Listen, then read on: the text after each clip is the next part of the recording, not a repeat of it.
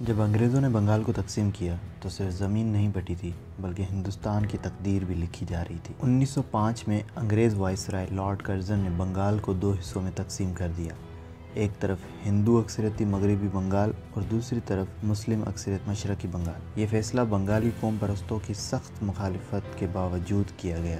بنگال کا علاقہ بہت وسیع ہو چکا تھا اور انتظامی طور پر سنبھالنا مشکل ہو گیا تھا۔ مشرقی بنگال کا حصہ ترقی سے محروم تھا جبکہ مغربی بنگال زیادہ ترقی یافتہ تھا، اس لیے لارڈ کرزن نے بنگال کو دو حصوں میں تقسیم کیا۔ مشرقی بنگال اور آسام کا دارالحکومت ڈھاکہ بنا اور مغربی بنگال کا دارالحکومت کلکتہ بنا۔ مشرقی بنگال میں زیادہ تر مسلمان آباد تھے، اس لیے مسلم آبادی نے اسے خوشی سے قبول کیا۔ ظاہری طور پر تو مقصد انتظامی سہولت تھا، لیکن اصل میں یہ انگریزوں کی تقسیم کرو اور حکومت کرو کی چال تھی تاکہ ہندوؤں اور مسلمانوں کے درمیان اختلافات پیدا ہوں۔ مغربی بنگال کے ہندوؤں نے اس فیصلے کی سخت مخالفت کی کیونکہ وہ بنگالی قومیت کو کمزور کرنے کی سازش سمجھتے تھے۔ مغربی بنگال کے ہندوؤں نے جلسے، ریلیاں اور گاؤں گاؤں احتجاج شروع کیے۔ انہوں نے سودیشی تحریک شروع کی جس میں انگریزی چیزوں کا بائیکاٹ کیا گیا۔ اہم لیڈران لالا لاجپت رائے، بال گنگادھر تلک، بپن چندر پال، یہ تینوں لال بال پال کے نام سے مشہور ہوئے۔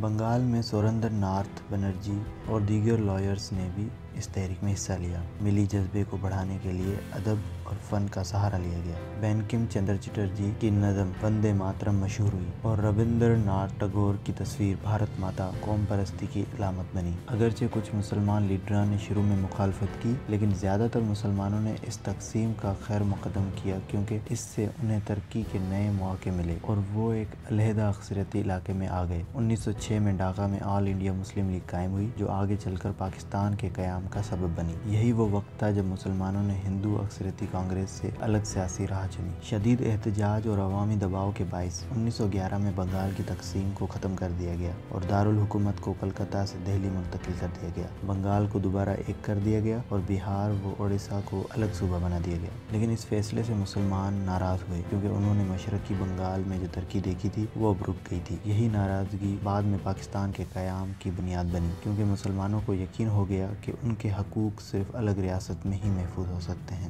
بنگال کی تقسیم نے مسلمانوں اور ہندوؤں کے درمیان واضح فرق پیدا کیا۔ مسلمانوں نے دیکھا کہ جب بھی انہیں ترقی دی جاتی ہے ہندو مخالفت کرتے ہیں۔ اس واقعے نے دو قومی نظریے کو تقویت دی جس کے مطابق مسلمان اور ہندو دو الگ قومیں ہیں جن کا مذہب، ثقافت اور مفادات الگ ہیں۔ یہی سوچ آگے چل کر 1947 میں پاکستان کے قیام پر منتج ہوئی۔ بنگال کی پہلی تقسیم نے مسلمانوں کو علیحدہ تشخص دیا اور دوسری تقسیم 1947 نے انہیں علیحدہ وطن دیا۔